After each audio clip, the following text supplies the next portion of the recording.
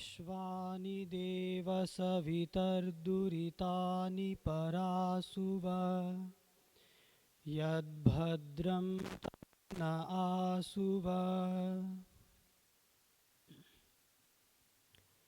समादरणीय स्वामी जी, आचार्य जी, उपस्थित धर्म प्रेमी सज्जनों, माताओं, प्रिय ब्रह्मचारीगण, प्रभु की कृपा से हम मनुष्यों को विचार करने की शक्ति प्राप्त हुई। हम किसी भी कार्य को सोच समझकर कर सकते हैं, उसके परिणामों को ध्यान में रखकर, उसकी लाभ को, उसकी हानि को ध्यान में रख कर के किसी भी कार्य को करने में समर्थ हैं। ऐसा सामर्थ्य प्रभु ने हमें दिया। अन्य पशुओं को, पक्षियों को, अन्य प्राणियों को इतनी अधिक विचार शक्ति प्राप्त नहीं हुई। जहाँ तक वे सोचते हैं उससे आगे आज तक नहीं बढ़ पाए। जहाँ खड़े थे आज भी वही हैं। जो हम मृग तृष्णा का उदाहरण बार बार सुनते हैं कि रेगिस्तान में धूप के कारण से जो पानी दिखाई देता है, आप लोगों ने भी देखा होगा सड़क पर चलते हुए, तो हिरण उसको पानी समझ करके दौड़ता रहता है और दौड़ते दौड़ते थक जाता है, लेकिन उसको पानी फिर भी दिखाई आगे आगे देता रहता है और वो ऐसे कर करके अपने प्राण तक दे देता है, लेकिन उसको पानी नहीं मिलता। और ऐसा एक हिरण के साथ नहीं होता है, वो वर्षों से हो रहा है और अभी भी हो रहा है, आगे भी होता रहेगा। लेकिन मनुष्यों के साथ में आपने ऐसा नहीं सुना होगा कि कोई मनुष्य मृग तृष्णा के पानी को दौड़ दौड़ करके मर गया हो, क्योंकि उसको जो दिखाई देता है वो केवल उतना ही नहीं सोचता, वो दिखाई से आगे भी सोच सकता है। वो निर्णय ले सकता है कि जो दिखाई दे रहा है वो सही है या नहीं है, उसमें समझ शक्ति है, विचार शक्ति है। और जिसके पास विचार शक्ति होती है उससे कुछ अपेक्षाएं भी की जाती हैं। समाज अपेक्षा करता है, हमारे साथी अपेक्षा करते हैं, हम स्वयं से भी अपेक्षा करते हैं। जैसे कोई कंप्यूटर का अधिक जानकार है, जैसे आयुष जी आए नहीं अभी, आयुष जी कंप्यूटर के अच्छे जानकार हैं, ब्रह्मचारी, तो उनसे सभी को अपेक्षाएं बनी हुई है। बहन व्रतिका जी भी उनसे सेवाएं लेती हैं, पूज्य स्वामी मुक्तानंद जी ने भी उनसे कंप्यूटर की सेवाएं लेनी शुरू कर दी, और कल मैं और स्वामी जी भी बात कर रहे थे, हमें भी कुछ सहयोग की आवश्यकता है। तो उनसे अपेक्षा बनी हुई है, अन्यों से नहीं है। जिनको जिस विषय में अधिक योग्यता है, जिसके पास वो सामर्थ्य है, उनसे हमारी अपेक्षाएं बन जाती हैं। प्रभु की भी, जिसने हमें विचार शक्ति दी, हमसे कुछ अपेक्षाएं हैं। हमसे अच्छे की अपेक्षा है कि हम अच्छा ही करें, बुरा ना करें। अच्छा करने पर वो हमें पुरस्कार और ना करने पर दंड भी देता है। तथा समाज के लोग, हमारे माता पिता, हमारे साथी, उन सब की भी हमसे अपेक्षा है कि हम विचार करके कार्यों को करें, ना समझी में गलत कार्यों को ना करें और दुख ना उठाएं। हम स्वयं इस विचार शक्ति का अपने जीवन में बहुत उपयोग करते हैं। सभी लोग खाने पीने में, चलने में, उठने में, बैठने में, सोने में, पढ़ने में अपनी समझ के अनुसार से सही निर्णयों को लेते हैं और लाभ उठाते हैं। पर कई बार ऐसा अनुभव में आता है कि हम देख रहे होते हैं कि ये गलती है, ये गलत कार्य है, जानते हैं, पर फिर भी उस कार्य को हम कर रहे होते हैं, जिसको शास्त्रों में प्रज्ञा अपराध भी कहा गया है। जानबूझ करके अपराध करना, हमें पता है ये गलत काम है और फिर भी हम उस कार्य को कर रहे हैं। तो जब विचार कर चुके हैं कि ये गलत कार्य है, फिर वो कार्य क्यों कर रहे हैं? क्योंकि मनुष्य विचार करके कार्यों को करता है और जिसमें उसको लाभ मिलेगा उस कार्य को करेगा। लेकिन गलती समझ में आने के बाद भी गलत कार्य क्यों हो रहा है, इस पर विचार करना आवश्यक है। छांदोग्य उपनिषद में एक सुंदर प्रसंग आया। सनत, महर्षि सनत और नारद जी का वहाँ पर संवाद है। वहाँ एक बहुत सुंदर श्लोक आया, यदा वै सुखम लभते अथ करोति न असुखम लब्ध्वा करोति सुखम एव लब्ध्वा करोति। आगे एक बहुत सुंदर बात कही, सुखम तु एव विजिज्ञासितव्यम इति। मनुष्य किसी भी कार्य को करता है तो सुख मिलता है तो ही उस कार्य को करता है।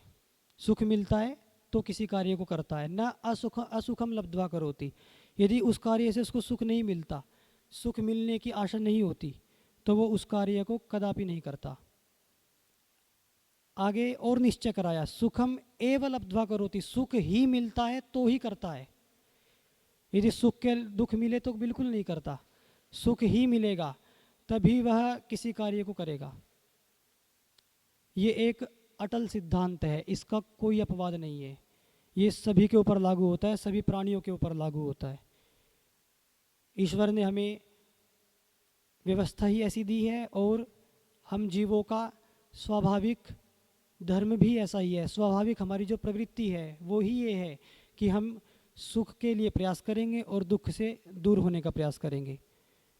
इसका कभी भी कोई अपवाद नहीं मिलेगा। तो अब जो हम बार बार गलती कर रहे हैं जानबूझ करके, हम कहते हैं कि हम जानबूझ के, हमें पता है इसकी क्या हानि है। एक शराबी कहता है मुझे पता है शराब की क्या हानि है, लेकिन मैं फिर भी शराब पी रहा हूँ।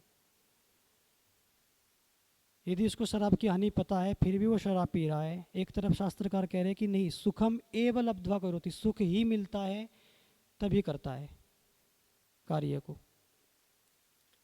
तो इससे क्या पता चलता है, हमें क्या अनुमान करना चाहिए कि उस कार्य में उसको, वो भले ही कह रहा है, उसको भले ही लग रहा है कि मैं इसकी हानि को जानता हूँ,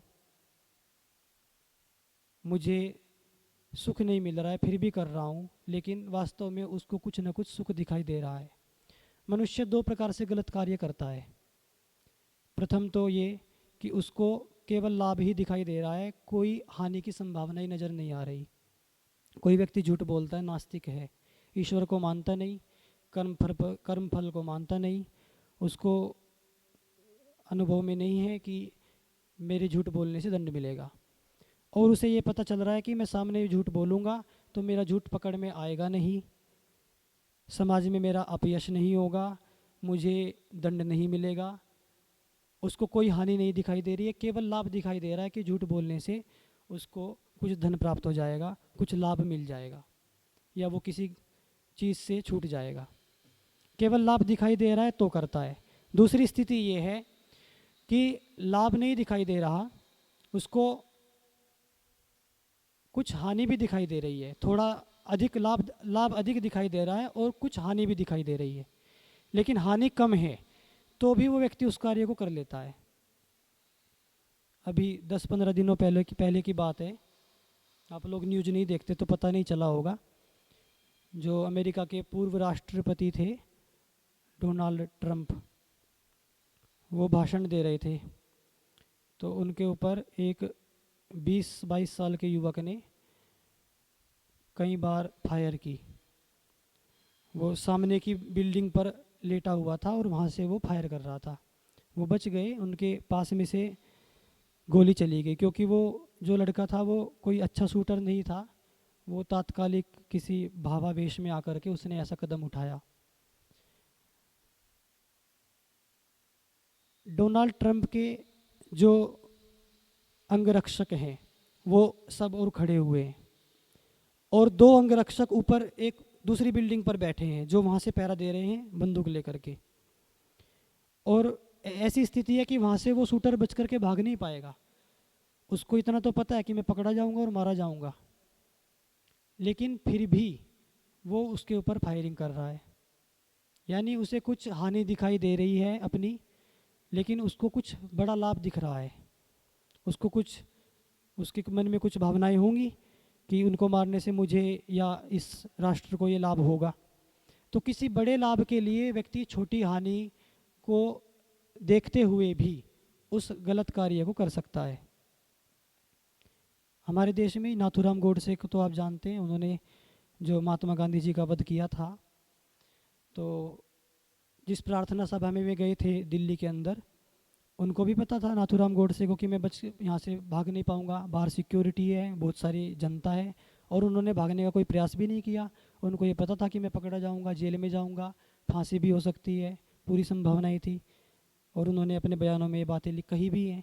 लेकिन उनको पूरा लाभ न दिखने पर भी बहुत बड़ा लाभ दिख रहा था और हानि कम दिख रही थी कि मेरा जीवन जाएगा, लेकिन लाभ समाज को, राष्ट्र को बहुत ज़्यादा हो जाएगा। तो व्यक्ति लाभ ज़्यादा देखने पर, हानि कम देखने पर भी कार्य को कर सकता है। तो अब हम उस प्रकरण पर देखें कि जो हमें हानि दिखाई दे रही है, हम एक शराबी कह रहा है कि मुझे शराब पीने में हानि दिखाई दे रही है, फिर भी शराब पी रहा हूँ, इसका मतलब उसको कुछ बड़ा सुख दिख रहा है और हानि कम दिखाई दे रही है। ये अपने जीवन में लगाएं। हम जहाँ भी जानबूझ करके गलती कर रहे हैं, हमें ये निश्चित मानना चाहिए कि हमें वहाँ पर कुछ न कुछ अधिक बड़ा लाभ दिखाई दे रहा है और हमें हानि या तो दिखाई नहीं दे रही है या कम दिखाई दे रही है, इसलिए हम उस गलत कार्य को कर रहे हैं। ये निश्चित सिद्धांत है। आगे जो महर्षि सनत ने बात कही कि सुखम तु एव विजिज्ञासितव्यम, ये बहुत महत्वपूर्ण बात है। उन्होंने कहा कि इसलिए तुम सुख को जानो, तुम सुख को समझो। हे नारद, तुम सुख को समझो कि सुख वास्तव में क्या है, लाभ वास्तव में क्या है, तुम लाभ को समझो। क्योंकि तुम्हें लाभ दिखाई देगा तो तुम कार्य को करते रहोगे, और यदि तुम्हें तुम गलत कार्य कर रहे हो और गलती करने के बाद पश्चाताप हो रहा है और फिर अगली बार फिर वही गलती कर रहे हो, तो इसका मतलब कुछ ना कुछ लाभ दिखाई दे रहा है। तुम उस लाभ को समझो कि वो लाभ वास्तव में लाभ है भी या नहीं। ऐसा आवश्यक नहीं है कि हमें लाभ दिखाई दे रहा है तो वो लाभ हो भी। अभी मेरी तृष्णा वाला उदाहरण हमने देखा था, तो लाभ तो दिखाई दे रहा था उसको, पर लाभ था नहीं वहाँ पर। पशु पक्षियों के साथ में तो बहुत होता है ऐसे। कुत्ते को देखा होगा, कुत्ता सांप के साथ में लड़ाई करते हुए वीडियो देखी होंगी आपने। तो कुत्ता सांप को मार देता है और सांप कुत्ते को मार देता है, क्योंकि सांप मारते, जब उनकी लड़ाई चल रही होती है, सांप उसको डस लेता है कुत्ते को, और जहर तो थोड़ी देर बाद कार्य करता है। तब तक कुत्ता सांप को मार देता है, फिर बाद में कुत्ता भी मर जाता है। कुत्ते को ये पता ही नहीं कि इसमें जहर है और मैं मर जाऊंगा इसके साथ लड़ाई करने से। ऋषि उद्यान अजमेर में जब मैं कुछ समय रहा था, वहाँ की गौशाला में एक गाय थी, आचार्य जी जानते हैं, बहुत सुंदर गाय थी उस गौशाला की, बहुत ऊंची और बहुत तगड़ी गाय थी। उसको देख करके लगता था कि बैल है जैसे, इतनी अच्छी गाय थी। कोई भी व्यक्ति आता तो गौशाला में सबसे पहले उसी गाय पर नज़र जाती थी उसकी, और वो गाय ठीक रहती थी। लेकिन जब वो बच्चा देती थी तो वो इतनी उग्र हो जाती थी कि हमें तो दूर अपने पास आने क्या दे, लेकिन जो गौ सेवक है, जो उसको प्रतिदिन घास डालता है, उसकी साफ सफाई करता है, उसकी सेवा करता है, उसको भी वो अपने पास और अपने बच्चे के पास नहीं आने देती थी। बहुत बलिष्ठ थी, तो उसके पास जाने में भी डर लगता था, और बहुत खूंखार तरीके से वो प्रतिक्रिया करती थी। व्यक्ति सामने चले जाए तो जान से मार देगी, इतनी भयानक स्थिति में वो रहती थी। तो क्या उसके बच्चे के लिए अहित सोच करके हम लोग या गौसेवक उसके पास जाता था? हम तो हित करने के लिए जाते थे, उसके बच्चे की साफ सफाई करेंगे, उस गाय को घास डालेंगे। वो तो घास डालने नहीं देती थी अपने सामने, उसको घास, पीछे एक दीवार थी, दीवार के साथ में उसकी खोर थी, उस दीवार पर चढ़ करके घास डालते थे उसकी खोर में। बच्चा देने के बाद में वो पास ही नहीं जाने देगी, बड़े बड़े सींग थे। तो इतनी खूंखार, और यहाँ तक कि कि वो घास डालने के लिए ऊपर गए हुए हैं पीछे से, तो वो दीवार पर चढ़ जाती थी घोड़े की तरह से, दोनों पैर आगे रख करके मारने का प्रयास करती थी। तो उसको वहाँ पर मनुष्यों को भगाने में लाभ दिखाई दे रहा है, गौसेवक को भगाने में लाभ दिखाई दे रहा है, पर उससे उसी की हानि हो रही है, उसके बच्चे की हानि हो रही है। तो लाभ हमें जो दिखाई दे रहा है वो आवश्यक नहीं है कि वहाँ पर लाभ हो। और ये सभी के साथ में घटता है, हमारे साथ भी घटता है, बच्चों के साथ में तो बहुत ज़्यादा घटता है। अभी कुछ साल पहले ही घटना घटी थी गुजरात में। एक बच्चा था, वो उसको गेम की बहुत आदत लग गई थी, ऑनलाइन गेम खेलता था, पबजी आदि। तो इतना गेम में मस्त रहता था कि पूरा पूरा दिन गेम खेलता रहता था। उसकी माताजी उसको बहुत डांटती थी, बहुत समझाती थी। तो एक दिन माताजी ने उसको डांटा, उससे मोबाइल ले लिया उसका। तो वो इतना क्रोधित हुआ कि उसने अपनी माताजी को वहीं पर मार दिया, और मार करके, उसकी बहन घर पे थी, माताजी थी, पिताजी कहीं बाहर रहते थे, तो मार करके अपनी बहन, छोटी बहन थी, उसको डरा दिया कि अगर तूने बाहर किसी को बताया तो तुझे भी मार दूंगा, इतना डरा दिया। और उसके बाद में वो फिर, माँ मरी हुई पड़ी है, वो गेम खेलने बैठ गया, वो फिर गेम खेलता रहा, 3 दिनों तक गेम लगातार ऐसे ही खेलता रहा। तो बाहर के पड़ोसी किसी से कभी मिल जाता तो पड़ोसी पूछते कि माताजी कहाँ है, बोले वो माताजी घर पे गई हुई हैं अपने। और लेकिन गंध आदि आने लग गई तो बाद में वो पता चला। पर स्थिति देखिए कि उस बच्चे के लाभ के लिए माताजी इतना उसको समझा रही है, बच्चे का लाभ किस में था? इसी में था कि वो गेम को छोड़े, पढ़ाई लिखाई पर ध्यान दे। लेकिन उसको लाभ किस में दिख रहा है? गेम खेलने में। और इस लाभ के लिए उसने अपनी माताजी की हत्या कर दी, और उसको कोई अफसोस नहीं, और वो फिर से अपना गेम खेलने में मस्त है। तो ऐसा आवश्यक नहीं है कि हमें जिसमें लाभ दिखाई दे रहा हो वो लाभ वास्तव में हो, वो सुख हो। इसलिए महर्षि सनत ने कहा कि सुखम तु एव विजिज्ञासितव्यम, सुख को ही समझो कि सुख वास्तव में क्या है। किसानों के साथ भी ये बहुत होता है, सभी के साथ में होता है। आप लोगों में से कई लोग किसान परिवार से होंगे। किसानों के साथ क्या होता है, कई बार मैंने तो देखा है स्वयं। इस साल उन्होंने टमाटर की फसल लगाई, बहुत सारे लोगों ने टमाटर की फसल लगा दी, बहुत सारे किसानों ने। टमाटर इतने ज़्यादा हो गए मंडी में कि उनका दाम बहुत ज़्यादा गिर गया, इतना गिर जाता है कि 4 रुपये 5 रुपये किलो तक आ जाते हैं। 4-5 रुपये किलो का अर्थ ये है कि यदि किसान अपने खेत से उसको तोड़ करके गाड़ी में रख करके मंडी तक पहुंचाता है तो उसका किराया भी उसको नहीं मिलता, नहीं निकलता, उसको इतनी हानि होती है। तो फिर वो क्या करते हैं, बहुत सारे टमाटर लगे हुए हैं, एक एक पेड़ पर कितने कितने टमाटर, मैंने स्वयं देखा है, पूरा जोत देते हैं खेत को और उसमें नई फसल उगाते हैं। ऐसा हर साल किसी न किसी फसल के विषय में होता रहता है। तो किसानों को पूरी, कभी खीरा, कभी टमाटर, कभी बैंगन, पूरा खेत जोतना पड़ता है। और अगली बार क्या होता है, इस बार जिन्होंने टमाटर लगाया था वो सब, उनको हानि हो गई, तो अगली बार उनमें से कोई भी टमाटर नहीं लगाता, वो अगली बार कुछ दूसरा लगा लेते हैं। अब उस चीज़ की मंडी में ज़्यादती हो जाती है और टमाटर के दाम फिर बढ़ जाते हैं बहुत ज़्यादा, और जो उन्होंने सब ने मिल करके लगा ली, अब उसके दाम गिर गए, इस बार फिर उनको हानि होती है। जबकि वो लगाते तो लाभ सोच करके हैं हर बार, पर उनको हानि हो जाती है। तो लाभ दिखाई देना और लाभ का होना, इन दोनों में अंतर है। महर्षि सनत कह रहे हैं कि सुखम विजिज्ञासितव्यम, सुख को समझो कि सुख वास्तव में वहाँ है भी या नहीं। ये निर्णय यदि हो जाए तो निश्चित है कि हम जो जानबूझ करके गलती करते हैं उनसे बच जाएंगे। यदि हमको वास्तव में उनमें दुख दिख जाए, वास्तव में उनमें हमें हानि नज़र आ जाए। एक बात ये। दूसरी बात, कई बार ऐसे भी होता है कि ठीक है, हमें हानि समझ में आ गई, किसी चीज़ की वास्तव में हानि समझ में आ गई, लाभ बहुत कम और हानि बहुत अधिक समझ में आ रही है, और हम उस कार्य को करना छोड़ भी देते हैं, गलती को। लेकिन कुछ समय छोड़ के रखते हैं, फिर कुछ दिनों के बाद दोबारा से वो शुरू हो जाती है गलती। कुछ दिन झूठ नहीं बोले, उसकी हानि दिख रही थी, कुछ दिनों के बाद दोबारा से झूठ बोलने लग गए। तो ये स्थिति जो है, ये इसको स्मृति लोप के कारण से होती है।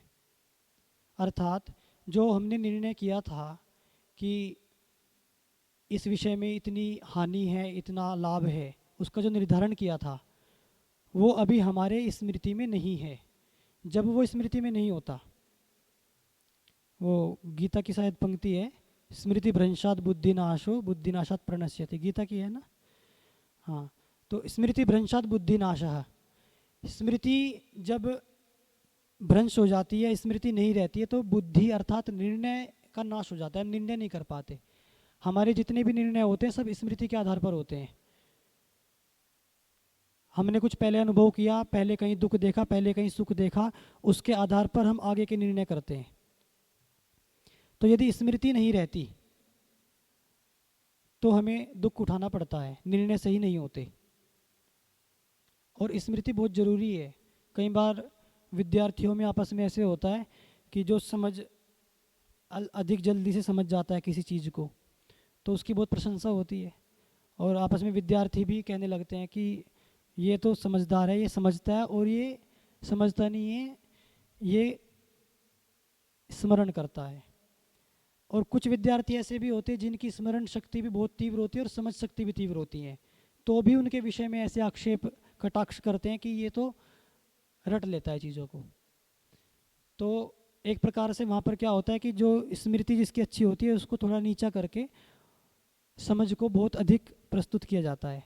वास्तव में समझ का एक अलग महत्व है और समझ शक्ति आवश्यक है, लेकिन स्मृति शक्ति की भी निंदा नहीं की जानी चाहिए। स्मृति भी बहुत आवश्यक है।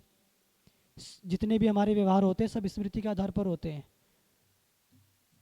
अभी कमरे से बाहर जाएंगे, अपनी चप्पल को पहनेंगे तो वो भी स्मृति है, नहीं तो दूसरे की चप्पल पहन लेंगे। और स्मृति के आधार पर बड़े बड़े निर्णय करने में सहायता मिलती है। जो आइंस्टीन ने सापेक्षता का सिद्धांत दिया था, उसको विकसित किया था, उसमें वो ऐसा मानते थे कि मेरी स्मृति के आधार पर मैं उसको विकसित कर पाया। बहुत सारी गणनाएं जो पहले हुई थी उनको उन्होंने स्मरण किया, और उनको स्मरण रखते हुए बहुत सारे उनके मस्तिष्क में था, तो वो एक नया सिद्धांत प्रस्तुत कर पाए, वहाँ पर उसको विकसित कर पाए। तो स्मृति शक्ति को कभी कमज़ोर नहीं समझना और दूसरे की निंदा नहीं करना। स्मृति का अपना महत्व है। तो स्मृति भ्रंशात बुद्धि नाश है। स्मृति यदि भ्रंश होगी तो बुद्धि का नाश होगा, हम निर्णय ठीक नहीं कर पाएंगे। योग दर्शन में तो स्मृति का इतना महत्व बताया, स्मृति से समाधि की प्राप्ति बताई। जो सूत्र है श्रद्धा वीर्य स्मृति समाधि प्रज्ञापूर्वक इतरेशम, वहाँ पर श्रद्धा बताई, श्रद्धा से वीर्य अर्थात बल मिलेगा, उत्साह मिलेगा, और उससे क्या मिलेगा, स्मृति मिलेगी, और स्मृति से समाधि लगेगी। क्यों? स्मृति क्या, अपना लक्ष्य बोध का स्मरण रहना, क्लेशों पर कैसे कार्य करना है ये स्मरण रहना, अपने पूर्व अनुभव स्मरण रहना। यदि किसी व्यक्ति ने एक लक्ष्य बनाया कि मेरे को एक साल में इंग्लिश बोलनी सीखनी है, और वो इस लक्ष्य को कुछ दिनों के बाद भूल जाता है, याद उसको नहीं रहता, तो वो इंग्लिश सीख पाएगा?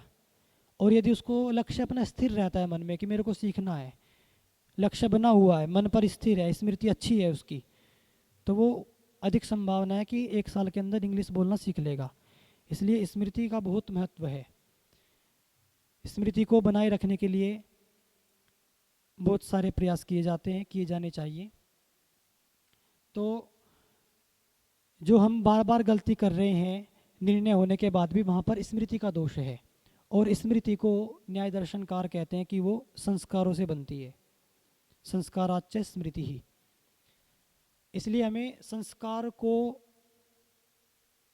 पर केंद्रित होना होगा, संस्कारों को अधिकाधिक संग्रह करना होगा, संस्कारों पर कार्य करना होगा, तब स्मृति बनेगी। इसका अर्थ क्या हुआ कि जो हमने निर्णय किया था वो एक बार निर्णय कर लिया उतने मात्र से कार्य नहीं चलेगा, बार बार निर्णय करना होगा, बार बार हमें देखना होगा लाभ को और बार बार देखना होगा हानि को। जब बार बार देखते देखते हमें ये इतना अच्छे से स्पष्ट हो जाएगा कि सत्य बोलने में हानि ही है, ये मन में स्थिर हो जाएगा, इसकी स्मृति बनी रहेगी। पहले जब मैंने झूठ बोला था, उसके बाद जो मुझे पश्चाताप हुआ था, जब मैंने संकल्प किया था कि मैं आगे से झूठ नहीं बोलूँगा, वो यदि स्मृति हमारी बनी रहे तो हम अगली बार झूठ नहीं बोलेंगे।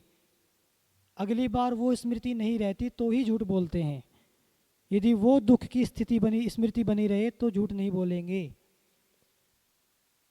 गलत कार्य करने के बाद जो पश्चाताप होता है, जितनी ग्लानि होती है, जितनी हानि होती है, जो अपयश होता है, उसकी स्मृति बनी रहे तो अगली बार व्यक्ति गलत कार्य नहीं करेगा। और स्मृति बनाए रखने के लिए संस्कार अर्थात बार बार उसको दोहराना होगा, बार बार उस पर निर्णय करना होगा। स्वामी जी भी एक दिन इस विषय पर प्रवचन किए थे कि ईश्वर को बार बार जप करना होगा। बार बार जप करेंगे तो उसकी स्मृति बनी रहेगी कि ईश्वर है। उसी प्रकार से गलतियों के विषय में पर भी बार बार हमको दोहराते रहना होगा। जो हमें दुख होता है, जो उससे कष्ट होता है, जो हमने निर्णय किया है, तब एक समय आएगा कि हम उससे हमेशा के लिए उस गलती से छूट जाएंगे। तो आज इतना ही कह करके वाणी को विराम। ओम।